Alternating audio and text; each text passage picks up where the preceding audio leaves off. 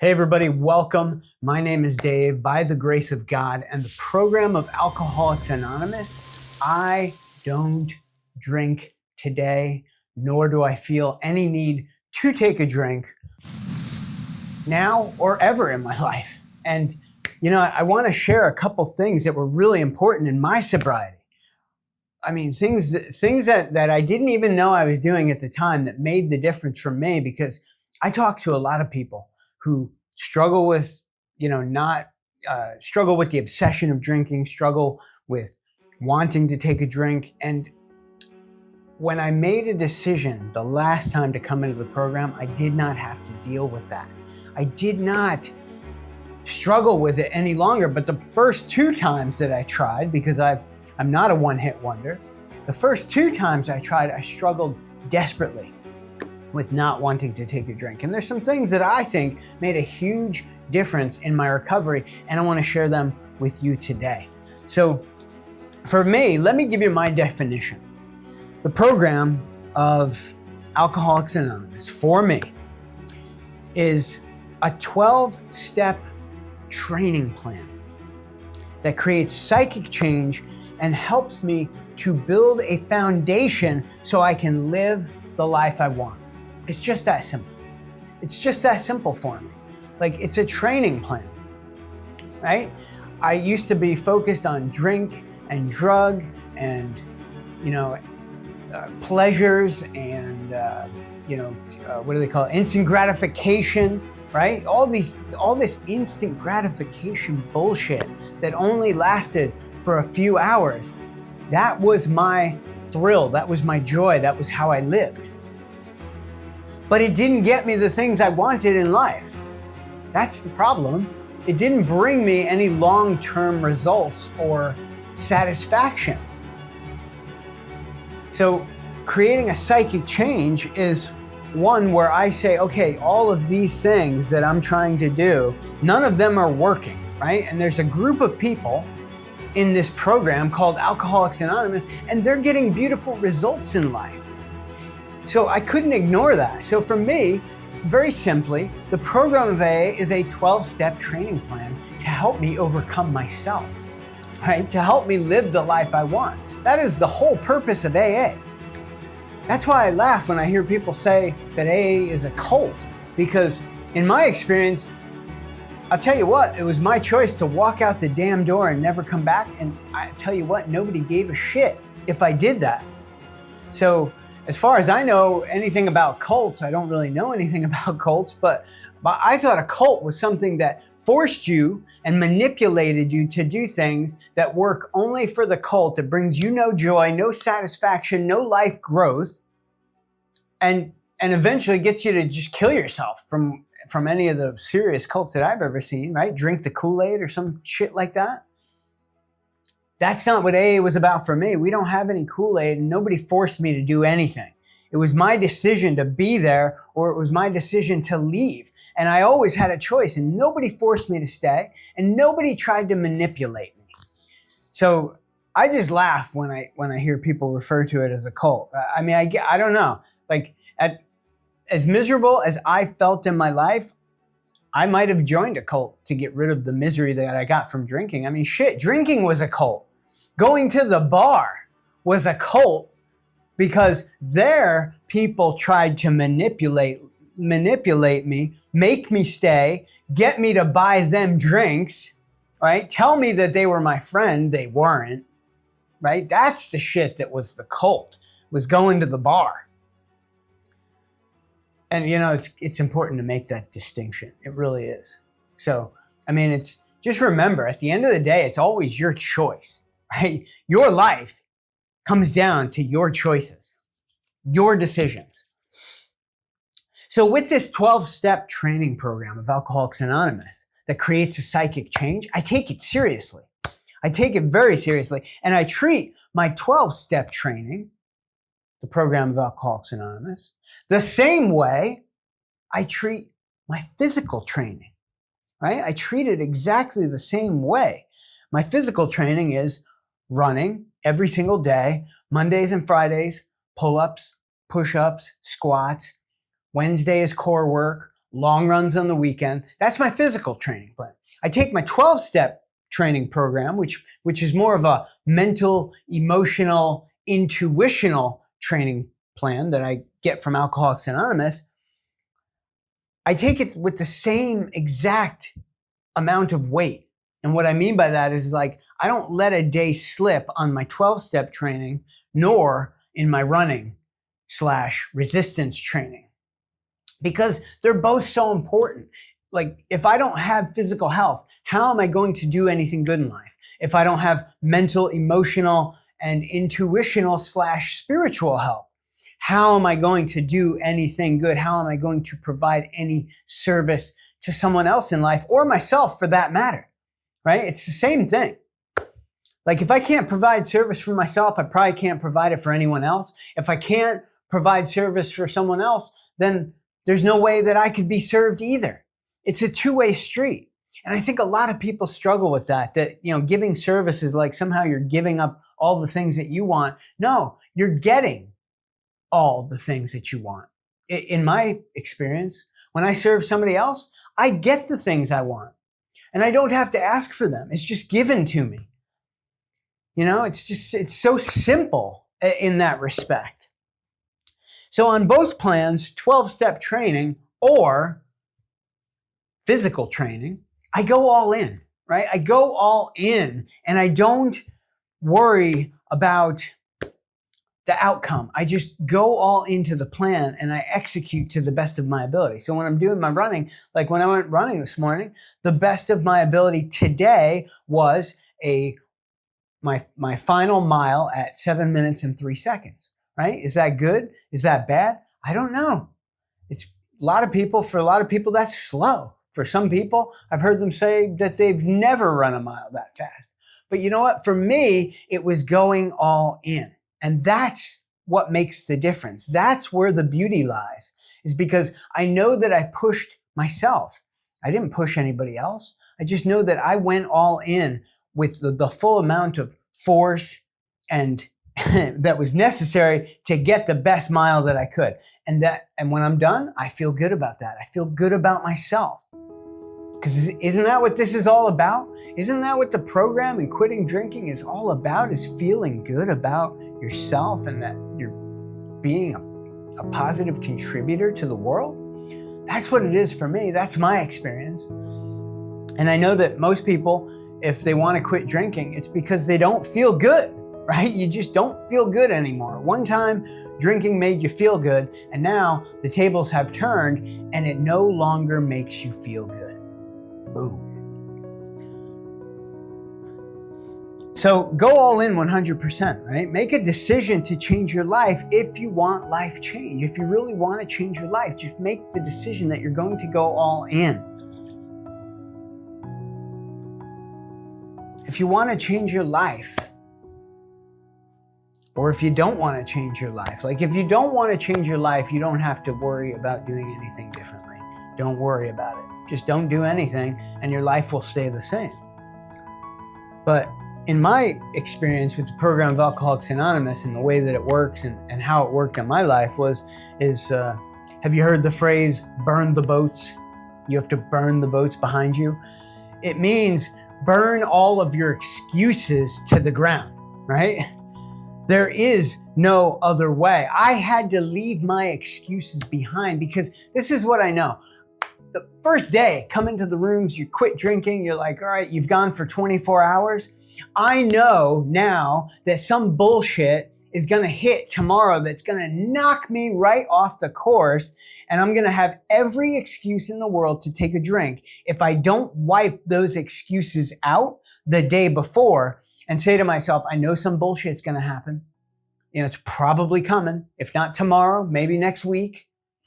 But I'm not going to fall back on the excuses that drinking is going to solve any type of a problem for me, right? So I have that in my mind. I know that there's no more excuse to fall back on. Burn your boats / excuses to the ground and forget about all of them. And that comes back to making a 100% commitment to go all in.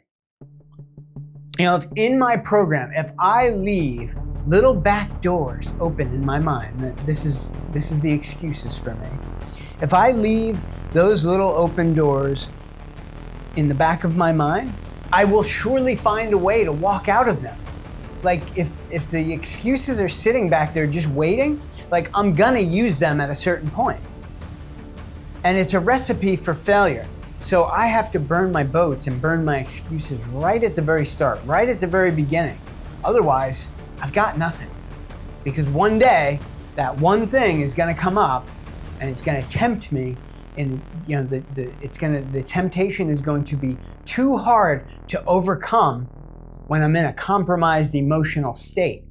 So I know that I have to burn those excuses to the ground and get them out of my head. Another thing that was huge in my recovery was accept full responsibility for everything in your life. Accepting, for me, that's pretty much what the program of AA is about. It's like you're taking responsibility for your life. Let go of all the blame. For me, there is no blame.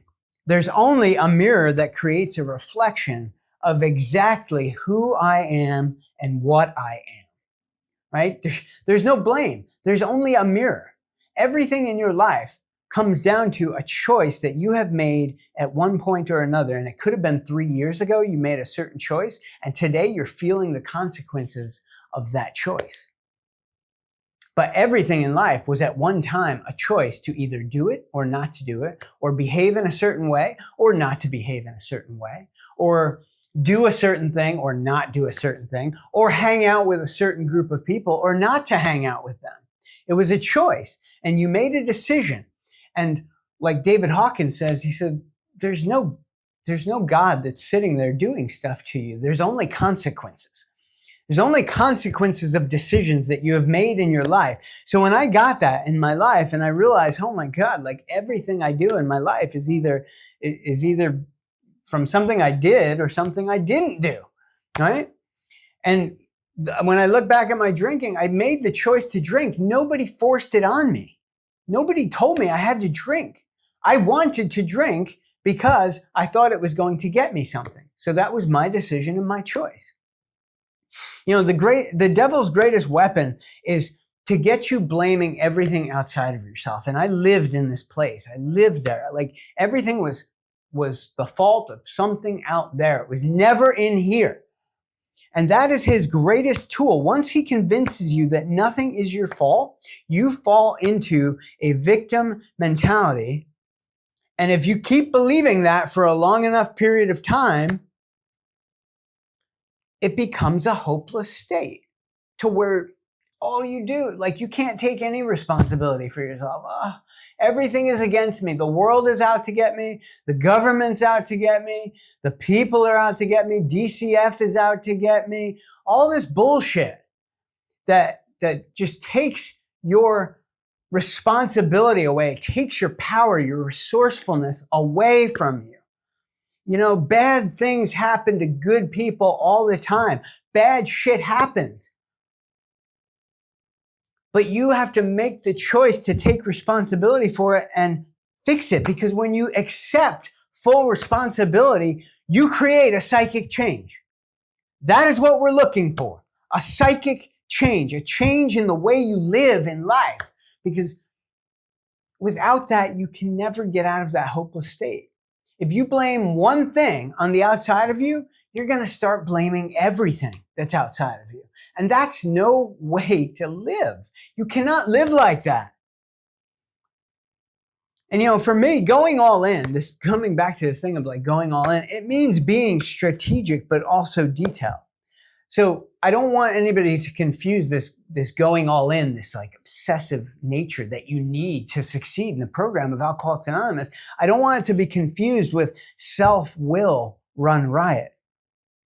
Going all in for me means creating a comprehensive way of living that aligns with the 12 steps, but also helps me to focus on the enjoyment of living a great life. Because my life is beautiful now. I don't worry about 90% of the things I used to worry about. I don't worry about it. But I focus on the enjoyment of life. When I have something to be grateful, I can always find something to be grateful for. And I'm always grateful for it. Like that is how I've tuned myself. So when I wake up in the morning, I look for things to be grateful for. Even if I don't feel great, I just find like, okay, if let's say this past couple of days has been pretty cold and I haven't felt that good. So I wake up in the morning, I'm kind of cold and I'm just not feeling great. So I don't think about that and dwell on that part.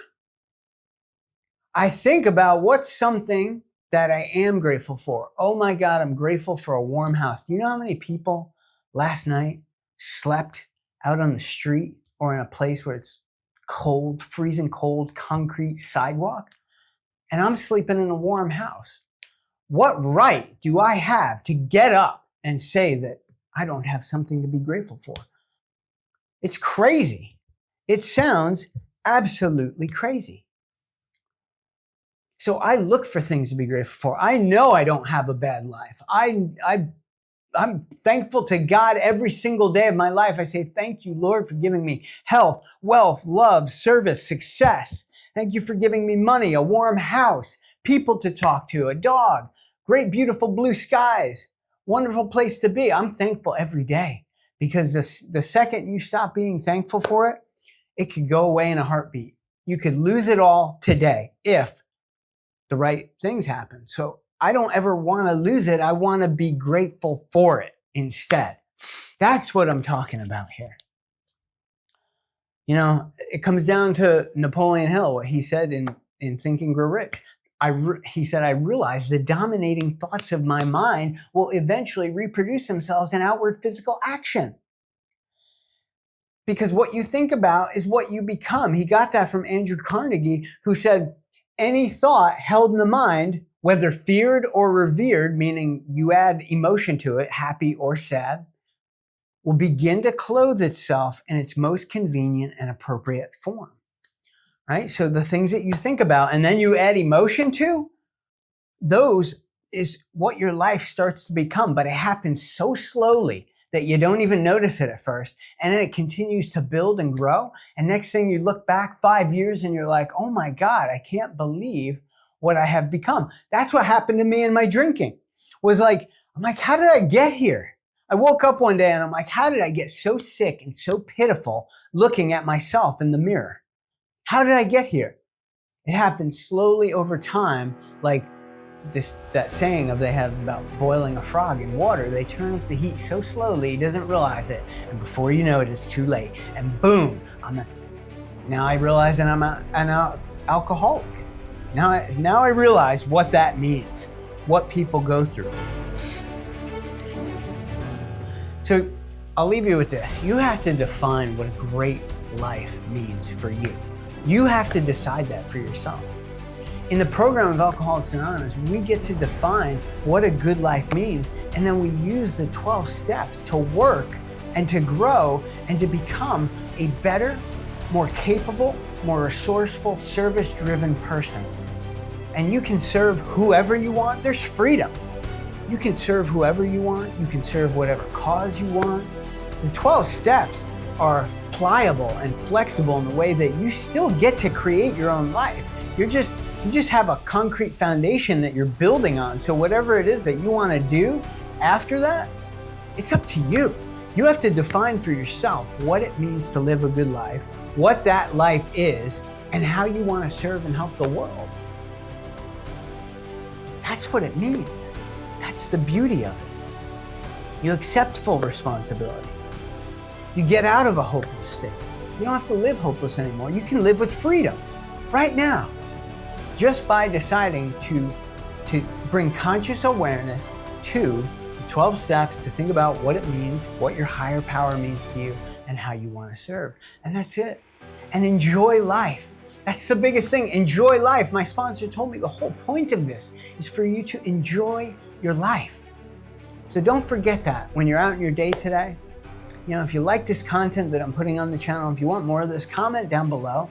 You know, subscribe, like, you know, get the bell, get the notifications. I'm uploading new content, or just come back. I'm uploading new content all the time. And 2024 is going to be a great year, the greatest year ever. 2023 was a great year. But if it wasn't a great year, guess what?